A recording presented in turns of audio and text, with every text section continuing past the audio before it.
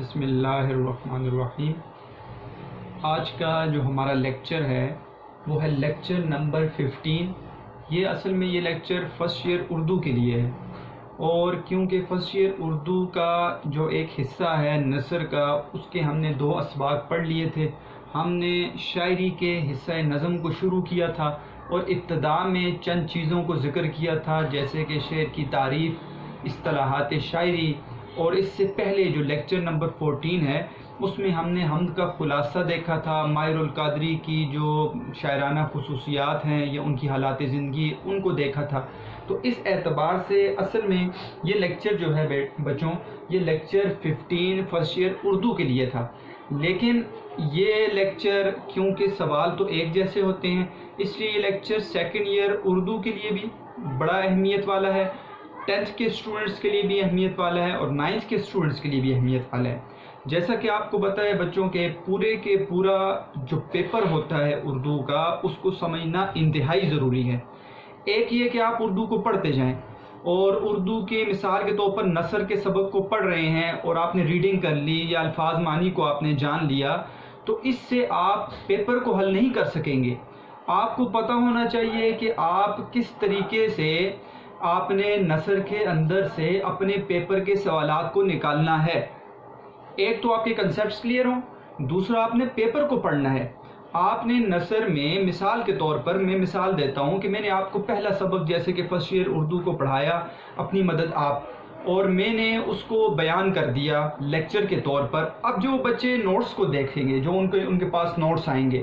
کوئی بھی نوٹس ہوں، ان کے اوپر وہ ہیڈنگز کو دیکھیں گے، وہ ہیڈنگز کوئی اور لکھی ہوتی ہیں،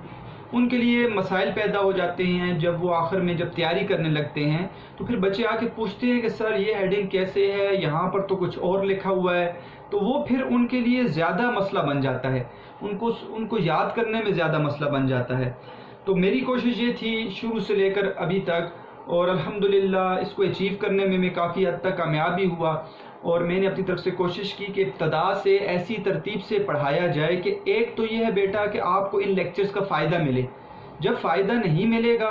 اور آپ کو ایٹ دا اینڈ آپ کا کوئی رزلٹ نہیں نکلے گا، پھر کوئی فائدہ نہیں ہے اتنی زیادہ محنت کا، آپ بھی کریں میں بھی کروں، تو پھر آخر میں رزلٹ نہ نکلے اس کا تو کوئی فائدہ نہیں ہے۔ تو نثر کے حصے کو ہم نے بڑے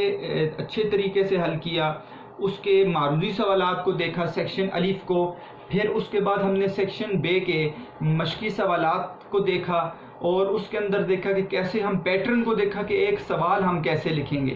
پھر خصوصاً سیکشن جیم جو 9th کا بھی ہوتا ہے، 10th کا بھی ہوتا ہے، فرسٹ ایئر کا بھی ہوتا ہے، سیکنڈ ایئر کا بھی ہوتا ہے، سیکشن جیم جو بڑا ہی اہمیت والا سیکشن ہوتا ہے، یہاں سے نمبر نکالنا بیٹا کافی مشکل ہو جاتا ہے بچوں کے لیے۔ کیوں؟ اس میں وہ سوالات ہوتے ہیں جو عام طور پر جن کی مشق بچے نہیں کرتے۔ کون سے سوال ہوتے ہیں؟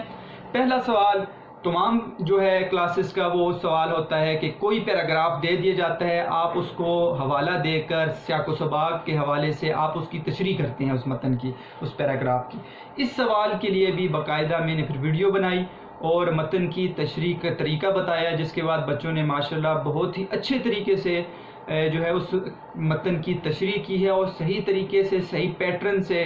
اور باقاعدہ انہوں نے پیپر پریزنٹیشن سے بتاتے ہوئے انہوں نے بہت اچھی تشریح کی ہے، تو اس کا فائدہ بھی بچوں کو پہنچا۔ اب سیکشن جیم کا جو سوال نمبر 3 ہے، دیکھیں بیٹا پیپر معروضی سوال کے اوپر میں نے جب ڈسکس کیا تھا، ذہن میں بار بار اس لیے دہرا رہا ہوں آپ کے ذہن میں آ جائے، معروضی سوالات MCQs کو کوئی سوال نمبر نہیں دیا جاتا، ٹھیک ہے؟ سوال نمبر جو 1 دیا جاتا ہے وہ سیکشن بے کے مشقی سوالات کو دیا جاتا ہے، اور اس کے اندر جز ہوتے ہیں جو رومنز میں لکھے ہوتے ہیں، II کو کہتے ہیں۔ وہ آپ نے پیپر میں نے آپ کی طرف بھیجے تھے، آپ نے پیپر کو دوبارہ ایک دفعہ دیکھنا ہے کہ سیکشن بے کا سوال نمبر 1 مشقی سوالات کا سوال ہوتا ہے تمام بچوں کے لیے، 9th کے لیے، 10th کے لیے، فرسٹ اور سیکنڈ ایئر کے لیے۔ اب آ جاتے ہیں سیکشن جیم پر۔ سیکشن جیم کا پہلا سوال نمبر 2 ہوتا ہے، اس میں 2 جز ہوتے ہیں، الف اور بے۔ سوال نمبر 2 جو ہوتا ہے وہ متن کی تشریح کا ہوتا ہے۔ ہم آتے ہیں اب سوال نمبر 3 پر۔ سوال نمبر 3 9th میں بھی ہوتا ہے، 10th میں بھی ہوتا ہے، فرسٹ ایئر میں بھی ہوتا ہے، اور سیکنڈ ایئر میں ہوتا ہے۔ سیکشن جیم سوال نمبر 3 بڑا اہم سوال ہوتا ہے، وہ ہوتا ہے آپ کو 2 اشعار دے دیے جاتے ہیں، ٹھیک ہے، اور آپ نے اس کی تشریح کرنی ہوتی ہے۔ اب کیونکہ میں یہ لیکچر تمام کلاسز کے لیے ریکارڈ کر رہا ہوں تو ذہن میں بیٹا تھوڑی سی یہ بات رکھنی ہے، 9th والے پہلے بچے یہ سمجھ لیں کہ آپ کے جو سیکشن جیم کا یہ سوال نمبر 3 ہوتا ہے، اس میں آپ کے لیے یہ ضروری ہوتا ہے کہ آپ نظم کا سوال بھی کریں گے اور سوال نمبر 4 غزل کا بھی کریں گے 9th اور 10th کے لیے۔ دونوں سوالات علیحدہ ہوتے ہیں۔ فرسٹ اور سیکنڈ ایئر والے بچے 9th اور 10th میں اس چیز کو پڑھ کے آئے ہیں، وہ جب سنیں گے تو ان کو پتہ ہے، اور جو نئے بچے ہیں 9th کے یا 10th کے 9th میں پڑھ کے آئے ہیں تو یہ ذہن میں رکھنا ہے بیٹا کہ آپ 9th اور 10th والوں، آپ کا سوال نمبر 3 جو ہوتا ہے وہ ہوتا ہے نظم کی تشریح کرنا۔ کوئی بھی آپ کو 2 نظموں میں سے 2 اشعار دے دی جاتے ہیں، آپ نے ایک کا انتخاب کرنا ہوتا ہے، آپشن ہوتا ہے۔ سوال نمبر 4 جو آپ کے لیے علیحدہ ہوتا ہے وہ ہوتا ہے غزل کی تشریح کرنا۔ ادھر بھی 2 آپ کو کسی بھی غزل شاعر جو ہوتا ہے اس کی غزل سے 2 اشعار دے دیے جاتے ہیں، آپ کو ایک کا انتخاب کرنا پڑتا ہے۔ آپ کے لیے 9th اور 10th کے لیے مارکس ہوتے ہیں 6 اور 6، یعنی نظم کی تشریح بھی ضروری ہے 6 نمبر اور غزل کی تشریح بھی ضروری ہے 6 نمبر۔ لیکن بیٹا جب آتے ہیں فرسٹ اور سیکنڈ ایئر میں، یہاں پر حالت بدل جاتی ہے اس سوال کی۔ وہ کیا بدلتی ہے کہ پہلی بات تو یہ آسانی ہو جاتی ہے بچوں کے لیے کہ یہ ایک ہی سوال ہے، سوال نمبر 3 ہوتا ہے، اور سوال نمبر جو 3 ہوتا ہے بیٹا اس میں 2 چیزیں جو دی جاتی ہیں وہ الف اور بے جز دیا جاتا ہے۔ الف میں نظم کے اشعار 2 دے دیے جاتے ہیں اور بے میں غزل کے 2 اشعار دے دیے جاتے ہیں۔ آپ نے ان میں سے ایک کرنا ہوتا ہے، یعنی یا آپ نظم کی تشریح کر لیں یا آپ غزل کی تشریح کر لیں۔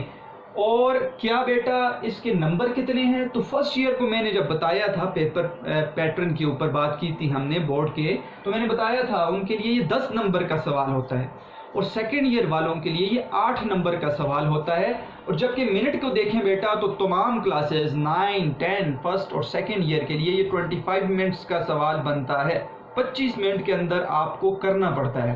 بیٹا جیسے متن کی تشریح تھوڑی سی بچوں کو مشکل پیش آتی ہے، ایک تو یہ کہ ان کو حوالہ یاد نہیں ہوتا، پھر سیاق و سباق کے لیے مشکل پیش آ جاتی ہے، کیا لکھیں ہم، پھر متن کی تشریح کو زیادہ لمبا کیسے کریں، یہ بڑا مسئلہ بن جاتا ہے۔ 2 لائنوں میں لکھ کر 3 لائنوں میں ختم کر دیتے ہیں۔ تو میں نے اس کے بارے میں باقاعدہ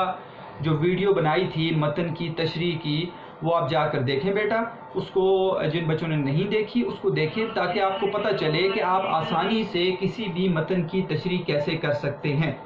آج بات کریں گے بیٹا، یہ ساری باتیں دہرائی گئیں اس وجہ سے کہ ہم ٹاپک کی طرف آ رہے ہیں تاکہ آپ کو ٹاپک کا پتہ چلے اس ٹاپک کی کتنی اہمیت ہے۔ دیکھیں ایک تو نمبر کے حساب سے کہ نمبر ہم نے لینے ہیں، دوسرا کیونکہ یہ ٹاپک ایسا ہے بیٹا آپ کو پتہ ہے ہر شعر کی تشریح رٹی نہیں جا سکتی، آسانی سے کسی بھی شعر کی تشریح کیسے کریں،